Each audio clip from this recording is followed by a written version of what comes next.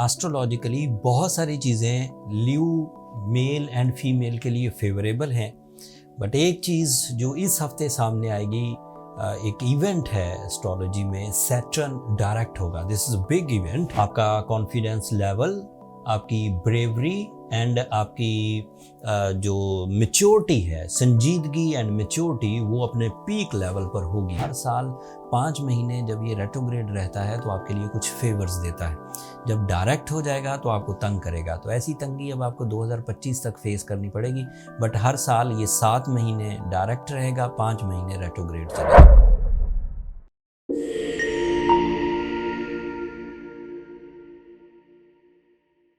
अस्सलाम वालेकुम ल्यूज़, मैं हारिस अज़मी, प्रोफेशनल एस्ट्रोलॉजर, आपकी खिदमत में हाजिर हूँ इस हफ्ते की एस्ट्रोलॉजिकल रिसर्चेस के साथ।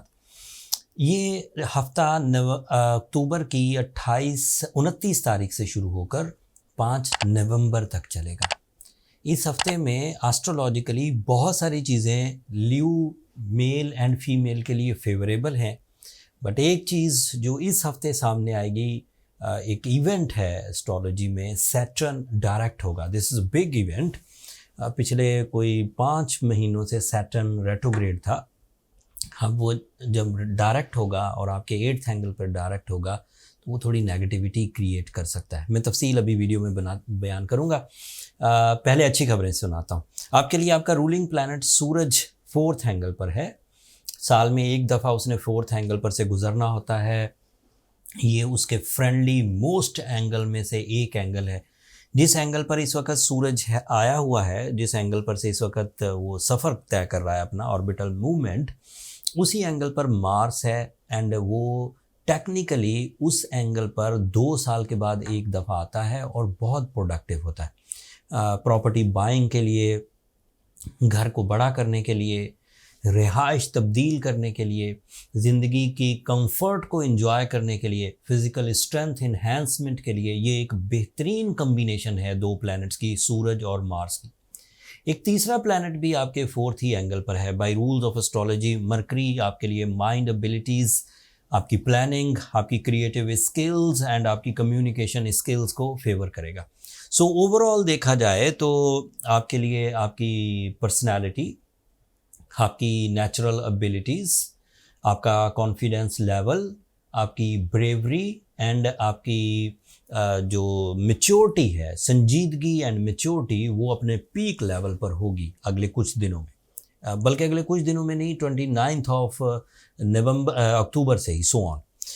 मरकरी की वजह से आप अपने बिजनेस में ग्रोथ हासिल कर सकेंगे। मरकरी की वजह से आप अपने खिलाफ बनने वाले स्कैंडल्स को रिपेयर कर सकेंगे।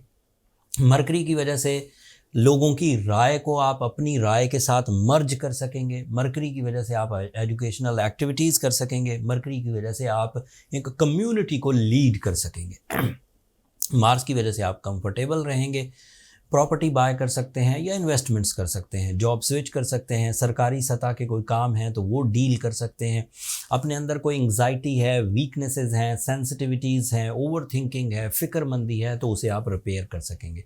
आपका सोशल सर्कल बढ़ेगा, घरेलू हालात में इत्तफाक और बरकत पैदा होगी। आप अपने फैमिली मेम्बर्स के साथ ज़्यादा गेट टुगेदर्स कर सकेंगे। एंड फिर आपके लिए वीनस की पोजीशन भी आपके 2nd एंगल पर है। That is your love life, that is your emotional satisfaction, इत्मीनान, peace and beauty loving nature, romance, इन सब सेक्टर्स को वीनस देख लेगा। तो ओवरऑल तमाम शॉर्ट टर्म प्लैनेट्स इस वक्त आपके लिए फेवरेबल है। बट 4 नवंबर को सैटर्न अपनी रोटेशन में अब डायरेक्ट हो जाएगा। इसके डायरेक्ट होने का मतलब ये है कि दोबारा वही फेज़ शुरू होगा जिस फेज़ में आपको चीज़ों को एस्टिमेट करने में प्रॉब्लम होगी। आपकी जो जजमेंटल एबिलिटीज़ हैं वो स्लो डाउन होंगी। सैटर्न आपके लिए आपकी 6th एंगल का रिप्रेजेंटेटिव है, आपके 7th एंगल का रिप्रेजेंटेटिव है, एंड फिर वो इस वक्त 8th एंगल पर डायरेक्ट होगा। सैटर्न जिन 3-4 एंगल्स पर नेगेटिव होता है उनमें से एक एंगल ये है 8th एंगल। तो आपको इस वक्त कर्ज़ा लेना और देना दोनों नुकसान में डाल सकते हैं। इस वक्त किसी तरह की कानूनी झगड़ा, मतलब चाहे आप किसी से अपने हक़ लेने के लिए उस पर मुकदमा करें, या अगर आपके ऊपर कोई मुकदमा हो गया हुआ है तो उसमें आपको जल्द कुछ तेज़ी दिखाकर मामले को हल करना चाहिए। इसके अलावा आपने उन तमाम स्किल्स को काउंटर चेक करके यूज़ करें जिनमें कोई बड़ी इन्वेस्टमेंट्स जानी हो, जैसे लाइफ सेविंग्स जानी हो, जैसे कोई रिस्पेक्ट ऑन स्टेक हो या हेल्थ ऑन स्टेक हो। इन चीज़ों को थोड़ा सा ध्यान से करें। Saturn is negative when it is direct in 8th angle.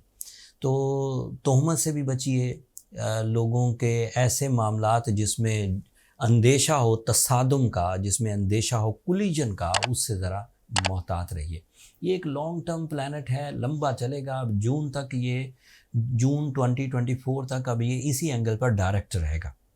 इस एंगल पर ये 2.5 साल रहेगा, इसी साल आया है तो अभी चलेगा तो 1 साल, लेकिन हर साल 5 महीने जब ये रेट्रोग्रेड रहता है तो आपके लिए कुछ फेवर्स देता है। जब डायरेक्ट हो जाएगा तो आपको तंग करेगा, तो ऐसी तंगी अब आपको 2025 तक फेस करनी पड़ेगी।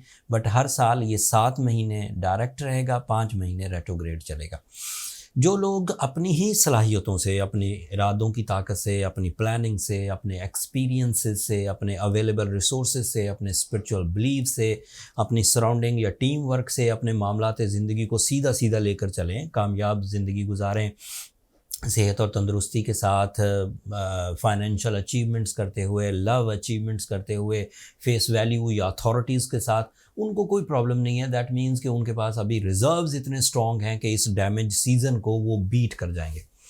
लेकिन ऐसे ल्यूज़ जो स्ट्रगलिंग थे, अभी उनका सोर्स ऑफ इनकम भी स्टेबल नहीं हुआ था, अभी उनके रिलेशनशिप में भी कोई ख़ास प्लेजर नहीं था, अभी उनकी सेहत भी कोई बड़ी ताकतवर नहीं थी, अभी उनके पास इख्तियार भी महदूद था, उन लोगों के लिए ये फ़ेज़ थोड़ा सा ट्रबल मेक कर सकता है। अगर वो खुद अपनी सलाहियतों से इसे रिपेल कर जाएँ, रिपेयर कर जाएँ, तो credit goes to your efforts. But अगर ना कर पाएँ तो देन आपको आर्टिफिशियल फ्यूलिंग की तरफ जाना चाहिए। Being a Leo, it is damn sure कि अगर आप ब्लू सफ़ायर पहने, रूबी या एमरल्ड पहने, ये ऐसे स्टोन्स हैं जो इतनी कॉस्मिक एनर्जी, इतनी रेडिएशन आपको बिल्ड करके दे देंगे जिससे सैटर्न जैसे प्लैनेट को रिपेल किया जा सकता है। ये एवरेज रेमेडीज़ हैं, इससे मामलात हल हो जाते हैं जो एवरेज सेंसिटिविटीज़ होती हैं। साथ में सूरज शम्स भी पढ़ी जाए 5 दफ़ा एक दिन में। अगर ये इक़दामात किए गए तो ये जो ग्रहण पीछे 2 गुजर के गए, अभी तो ग्रहण कल आएगा, ये वीडियो तो आपको उससे पहले ही मिल जाएगी। तो जितने भी ग्रहण के असरात हैं या जितने भी सैटर्न के डायरेक्ट होने से असरात आएंगे, इन सब को ये मैनेज कर जाएगा, ये वाली remedy Suraj Shams and blue sapphire या रूबी। बट अगर सिवियरिटी ज़्यादा इंक्रीज़ करे, आप ज़्यादा बड़े डैमेजेस फील करें, कोई बिग लॉस फील करें, कोई बिग रिस्पेक्टलेसनेस फील करें, तो फिर आपको अपने पर्सनल कैलकुलेशंस की तरफ जाना चाहिए।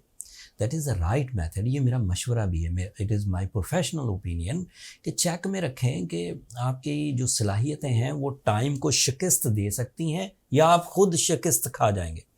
अगर आप टाइम को मैनेज कर जाएं, अगर आप बैड पैचेस को भी कंट्रोल कर जाएं, तो देन फाइन, फिर तो आप फतूहात की तरह, फतह की तरह आगे बढ़ रहे हैं, फिर तो कोई इशू नहीं। लेकिन अगर जैसे ही बुरा वक्त शुरू होता है, जैसे गर्दिश अय्याम शुरू होते हैं, आपके पास फाइनेंस डिस्पर्स हो जाता है, रिलेशन उलझ जाते हैं, तो फिर आपको अपनी पर्सनल कैलकुलेशन की तरफ जाकर ही चेक करना चाहिए। पर्सनल कैलकुलेशंस के लिए नंबर नीचे चलते रहते हैं, आप इन पर रब्ता करके अपने लिए टाइम ले सकते हैं ताकि परफेक्ट फाइंडिंग्स हो सकें कि आप स्ट्रॉन्ग ल्यू हैं या कुछ वीकनेसेस हैं आपके अंदर, और फिर उसके सोल्यूशन भी हज़ारों तरह की आपको मिल जाएंगे। That's all from my and. मैंने एक महदूद से टाइम में बहुत सारी इन्फॉर्मेशन आपके ऊपर थोपने की कोशिश की है, आगे मज़ीद भी टाइम मिलेगा और तफसील बयान करूँगा कुछ दिनों में। ये लॉन्ग टर्म प्लानट है, आगे 6-7 महीने अब इसका बिहेवियर इसी तरह रहना है, अब इसमें कोई चेंज नहीं आनी। तो हर दफ़ा मैं कोशिश करूँगा कि इसके बारे में थोड़ी थोड़ी राय इन्हेंस करता जाऊँ। कोई ऐसी चीज़ जो आपको स्पेशली अगले कुछ दिनों में पेश आने वाली है सैटर्न से रिलेटेड, और आप उसके बारे में कुछ पूछना चाहें तो नीचे कमेंट्स में इजहार कर दीजिएगा, मैं कोशिश करूँगा आपको आंसर उधर ही कर दूँ। अगर मेरी ये कोशिशें, अगर बर वक्त ये एस्ट्रोलॉजिकल इवेंट अवेयरनेस आपको अच्छी लगती हो, तो अपनी दुआओं में मुझे और मेरी टीम को ज़रूर याद रखिएगा। ल्यूज़, आप लोगों की दुआएं मेरे लिए बहुत मायना खेज़ हैं, मेरी दुनिया के लिए भी और मेरी आखिरत के लिए भी। एंड चैनल को सब्सक्राइब करना मत भूलिएगा। आप लोगों की सब्सक्रिप्शन भी हमारी हौसला अफजाई की वजह बनती है। अगले हफ्ते तक के लिए अब इजाज़त दीजिए। अल्लाह ने के बाद।